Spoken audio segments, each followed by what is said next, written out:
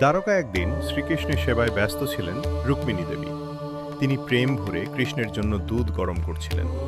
হঠাৎ অন্যমনস্ক হয়ে দুধ উপচে পড়ে যায়, আর সেই গরম দুধের ছিটা গিয়ে পড়ে শ্রীকৃষ্ণের বুকে।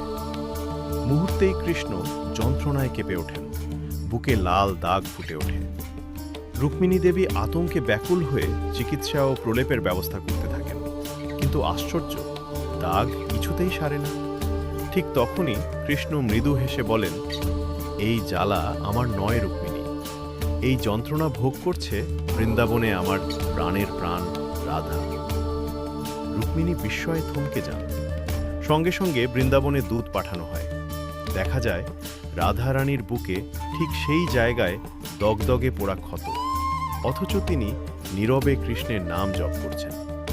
না অভিযোগ, না অশ্রু, শুধু গভীর সমর্পণ। রাধা তখন বলেন, কৃষ্ণ যদি কষ্ট পান, সেই যন্ত্রণা আমার শরীরেই নেমে আসুক, এই তো প্রেম। তখন রুক্মিণীর চোখে জল এসে যায়। তিনি উপলব্ধি করেন রাধা ও কৃষ্ণ আলাদা নন, তারা দুই শরীর, কিন্তু একই আত্মা।